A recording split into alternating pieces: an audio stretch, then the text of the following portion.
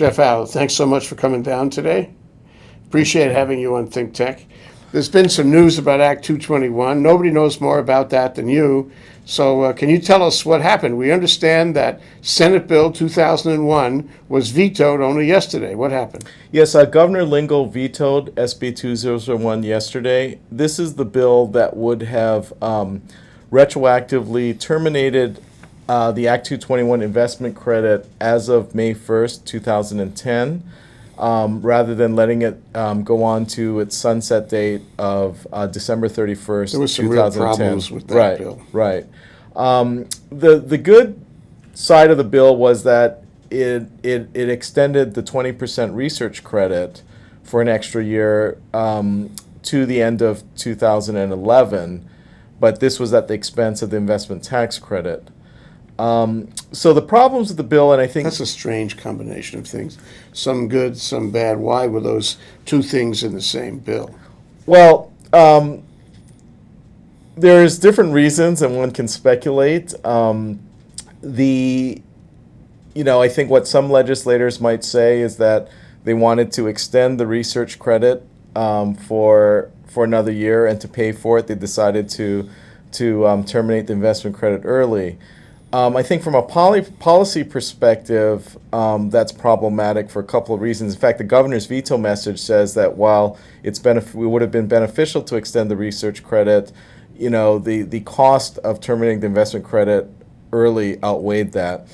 And I think that's the right conclusion for a couple of reasons. One is the research credit was a 20% research credit for 20% of research expenditures conducted in Hawaii by qualified companies.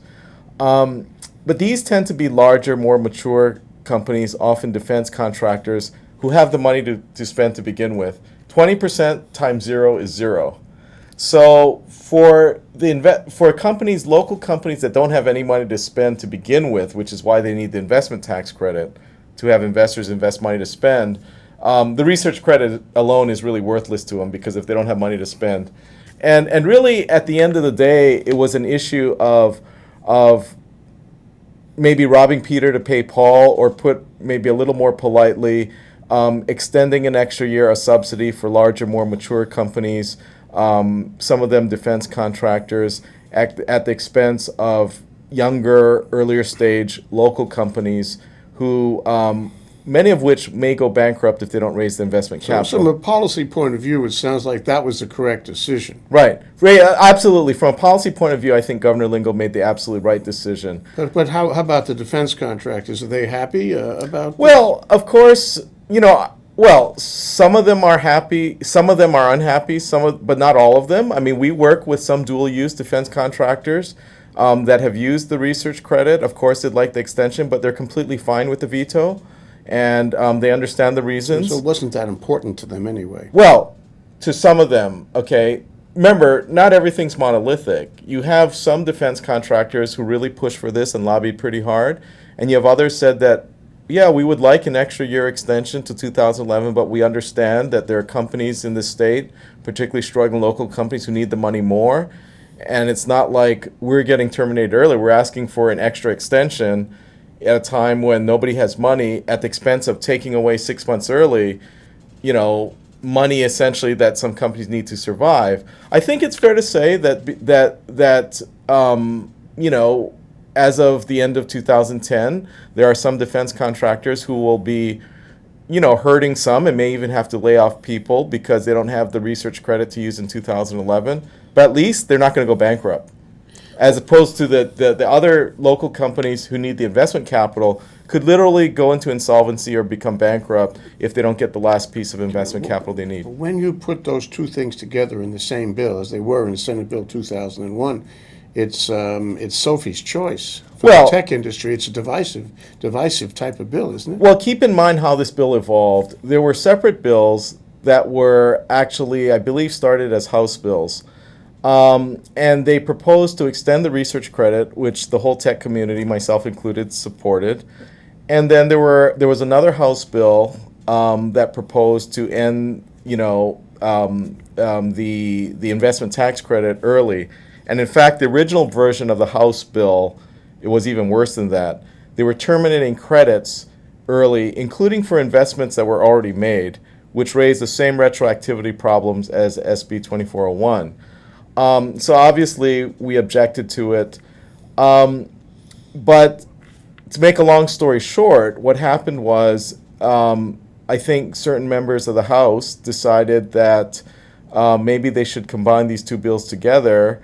You know, I can't read people's mind or speculate or definitively say what the real motivation was, but I can tell you the effect. The effect was to split the tech community. The effect was to have the effect of divide and conquer, whether that was the intent or not. Was there any benefit served to the government by having these two inconsistent points, this divisive bill? I think it hurts Hawaii. I mean, it's a tough world out there. You know, it's a competitive world where all of our tech companies on both sides are struggling to survive in a world where most of our competitors on the mainland have access to 10 times as much capital.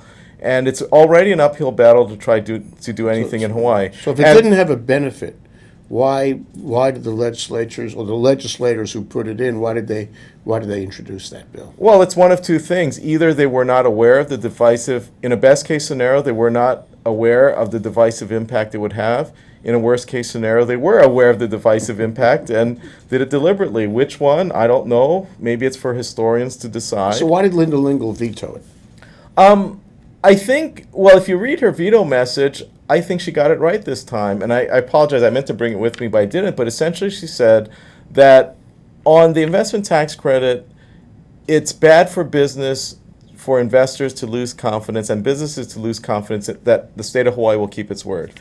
And basically, you know, changing the rules of the game, you know, after people have invested, you know, was not the right thing to do, not only for these tax incentives, but it could adversely impact any other tax incentive or in some ways anything else, you know, the state wanted to do, and really kind of reinforce the perception that Hawaii is a bad place to invest. Irony about this, isn't it? I mean, the fact is that the governor had opposed and tried to change the bill for Act 221 for years and years, and now she's acting in favor of Act 221 and the tech community here at the last moment in the last few months of her term.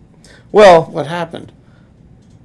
I mean, to be honest, I don't know. I can't read minds. All I can say is I'm grateful and very supportive of what Governor Lingle did with respect to SB 2001. And, you know, public record is clear on my positions in the past on various 221 bills. But I'll say on this one, she got it right. And not only did she get it right in vetoing this bill, I thought that her veto message was right on point. And I think she issued an excellent veto message, an excellent press release that not only that she vetoed it, but she said why and she gave the right reasons why. I apologize for not bringing it with me, otherwise I'd read quotes out of it. What do you remember from it?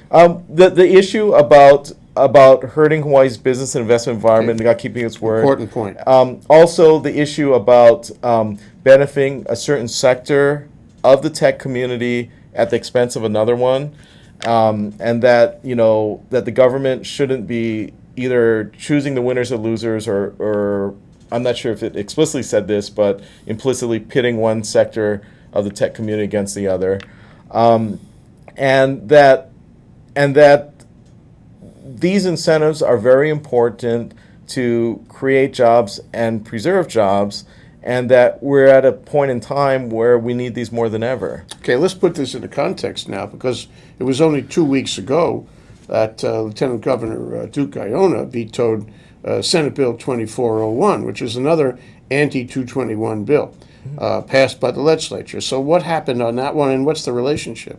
Well, 2401 would have retroactively deferred for 3 years until 2013 the right to claim investment tax credits for investments already made. The relationship between the two is, I think, the substance of it came from the same one or more small number of members of the House Finance Committee. And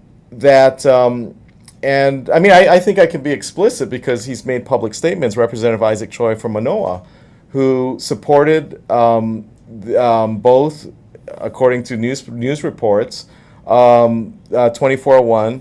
What happened was these bills and these retroactive bills were introduced as House bills. They were essentially killed on the Senate side by the Subject Matter Committee, the Economic Development Committee.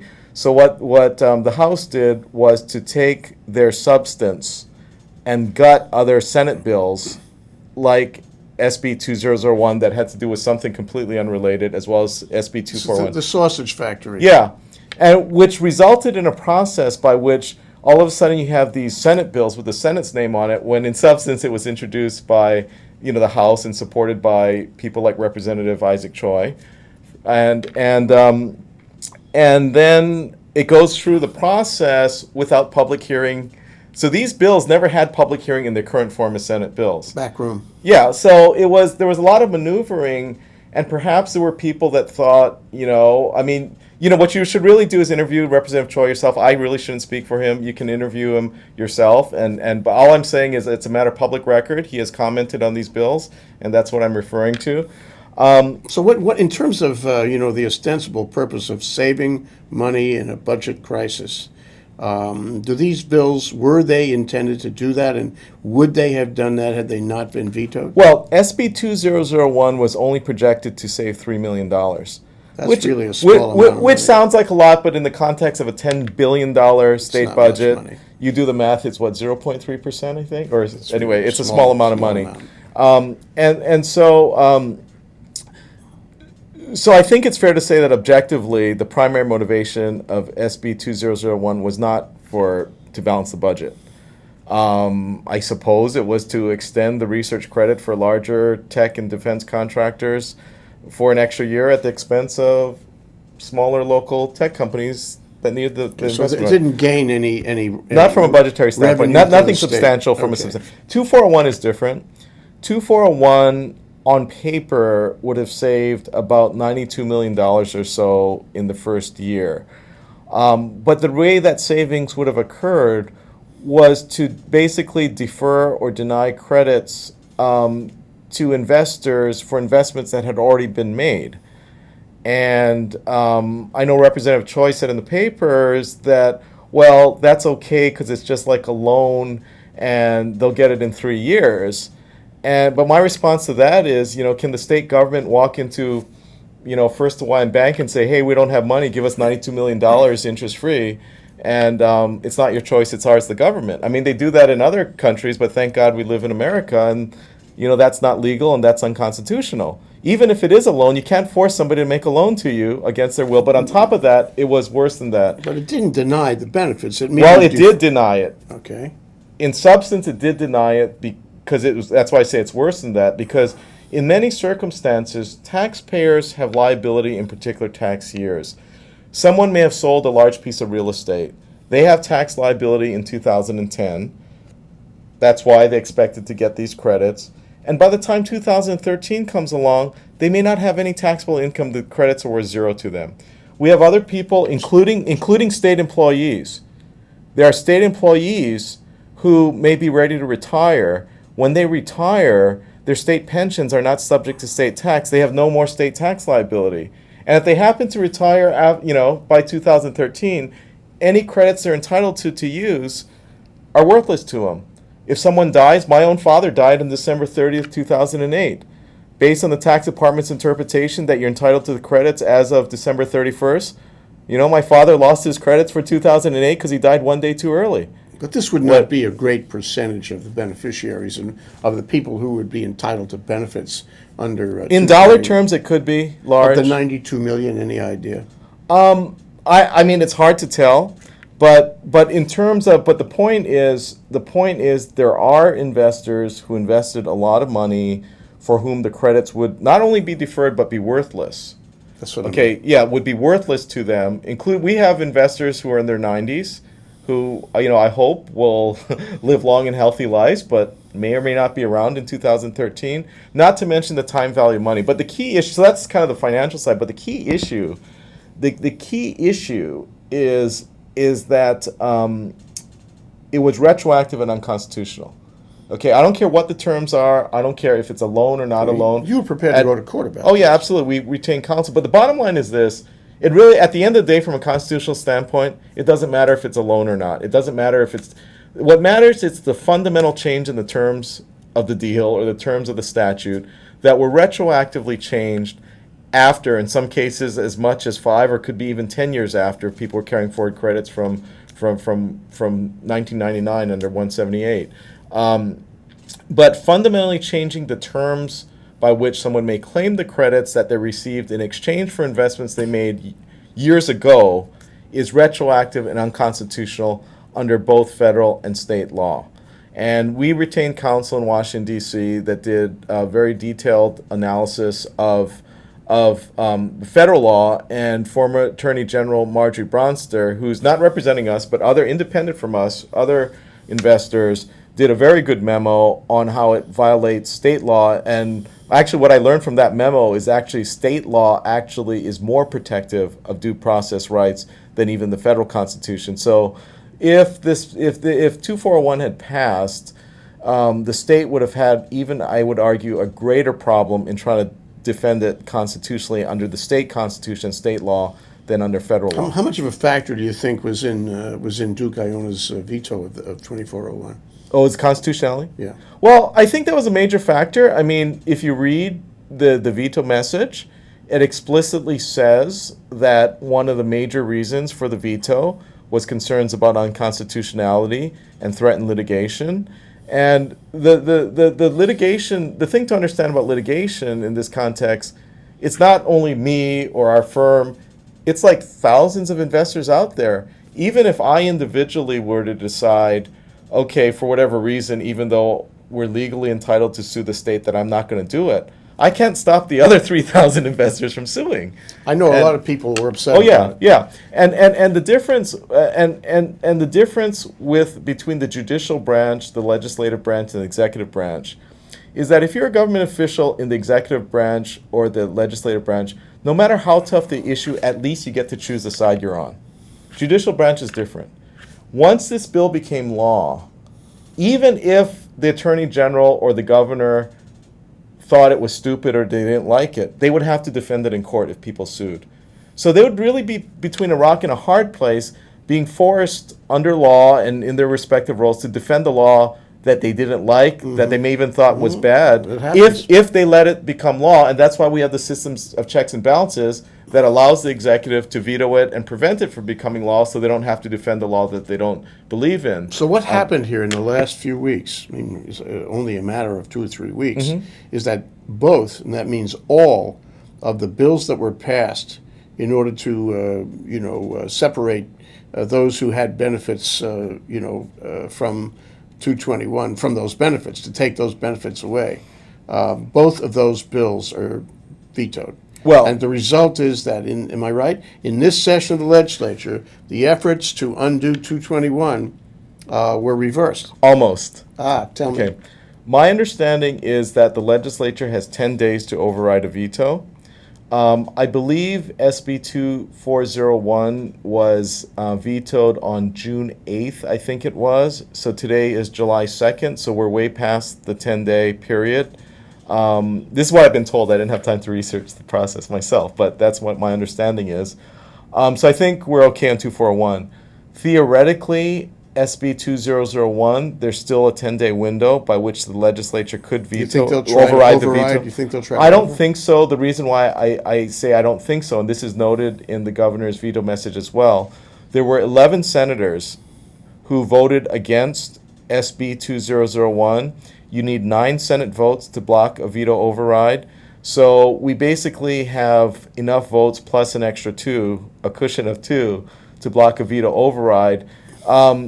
So SB 2001, the veto only can be overridden if there are some senators who change their vote. Okay. And under the current circumstances, I would hope that none of the senators do that. I don't see any reason why they should.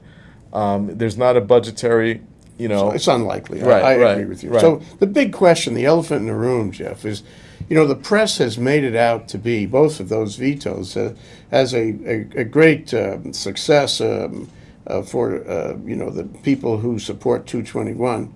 And they would have you believe, or people do believe, reading between the lines or taking the implication that 221 is back on track. But I think the public is actually misinformed about that. The public, a lot of people I talk to believe that 221 is now okay because of these vetoes.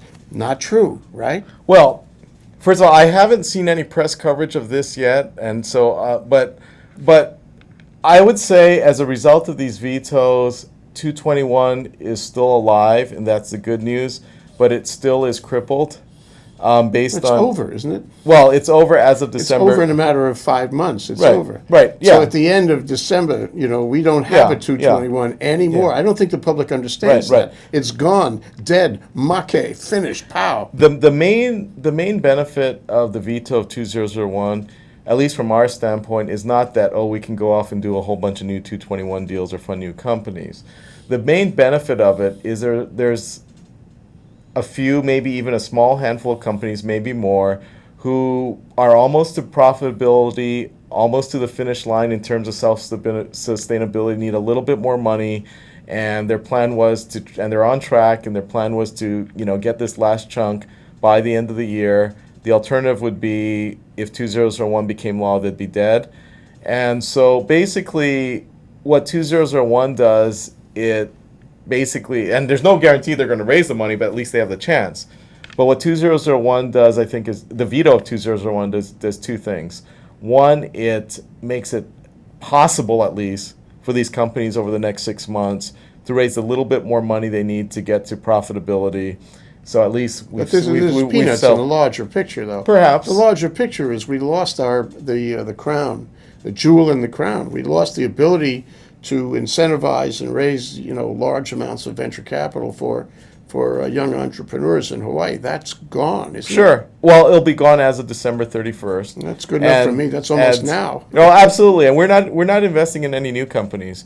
Right now, we're just focused on follow-on investments for our existing companies whom we think have a chance, and a decent chance to get to profitability, and get them to, And this finish thing line. happened, not this session, but last session. Yeah. When there was an effort, a number of people were involved in trying to extend 221, and they failed. And the legislature had wanted no part of that, and there is no extension. There was none in 2009. There was none this year, and my sense of it is that it's hot. It's hot like a hot coal. Nobody's going to go near it. Well- and there won't be an extension. Well, we'll see. Clearly, there can be no extension right now because the legislature is closed. And the earliest anything could happen would be, around this time next year, in 2011, just a matter of timing. So And my big question for you, Jeff, is what are the probabilities of that next year? I think highly unlikely. And, if I were to be perfectly honest, I would say, as to if I would want an extension at this point, I'm very ambivalent about it. On one hand, I've seen the benefits of 221. I still believe it was the right thing to do. But until this community, until the legislature and people in Hawaii have a broader consensus of what to do, it's really a waste not only of taxpayer money, but private sector money and private sector time and resources and the careers of all the kama'aina that have come home to try to be fighting this uphill battle that's an uphill battle already, because tech is a tough business. It's a competitive world out there, but fine, we can meet those challenges. But to have to spend so much of our time fighting these political battles, I spend more of my time, the number one risk to venture capital financing in Hawaii is financing risk, okay, that we have to manage, because the companies we invest in, we're trying to do with 1/10 the amount of money that our competitors have on the mainland. And it's a competitive world out there. It's hard enough, but have to divert so much time to all of these political battles, all of the bureaucratic things, people inserting themselves in the process to draft tax laws when they don't even understand tax law, and they don't understand what they're doing. You get to a point and you say, why waste so much time? I'm very ambivalent, and actually, I and actually over the past 2 days, when I heard about the veto yesterday, I had very mixed emotions. I mean, some people think I would be jumping up and down, and I was happy. I was grateful that the governor vetoed this bill, and I also had very mixed emotions about, the future for Hawaii and tech and whether, to put bluntly, whether I've wasted the last 10 years of my life trying to make this happen. So if this undoubtedly something will come up. Somebody will submit something next year as an incentive, whether it be a tax incentive or some other kind of incentive for capital for entrepreneurial companies. So the question is, what do you want to see happen before you get on the bandwagon, and try to push for another 221? What conditions do you want to see in place in the community, in the government? Well, I think what I'd like to see is basically consensus among the leadership, both in the business community and the legislature and the administration, that this is something we want to do. And if not, fine. But don't tell all these kids on the mainland to come back. Don't tell all these investors from the mainland to come invest here. And don't tell local investors even to invest here. If you're not good, it's one thing if you don't want to support them, fine. But don't take the extra step to stab them in the back when they're trying to do the right thing. And, we have an intern now for a few weeks in our office, a smart guy, graduate Kamehameha schools. He's going to Stanford. And he really wants to come home after he graduates. And we've talked a little bit, not too much. And I don't know what to tell him. Yeah. I don't know what to tell him. On one hand, I tell him, and so there's some days that I feel I'm the luckiest guy in the world because I get to still work on interesting deals and I was able to come home.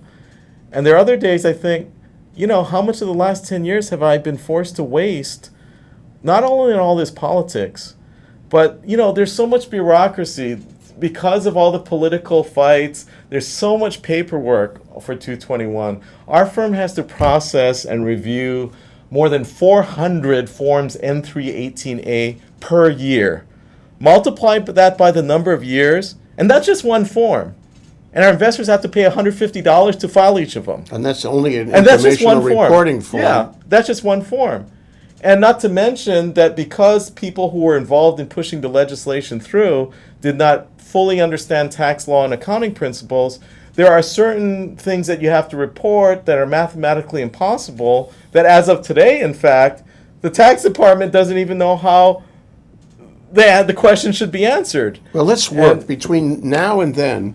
Let's work on meeting some of these conditions so that you're back on track and you're back doing what you've been doing for 10 years, at least 10 years, trying to make some kind of incentive for entrepreneurs. We're out of time, Jeff.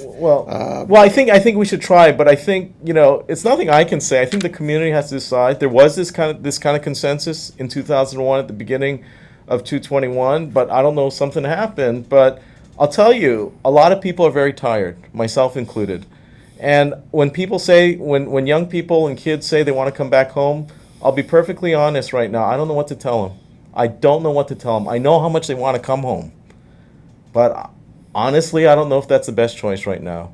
But we need to talk more, and hopefully we can develop some kind of consensus. Thank you, Jeff.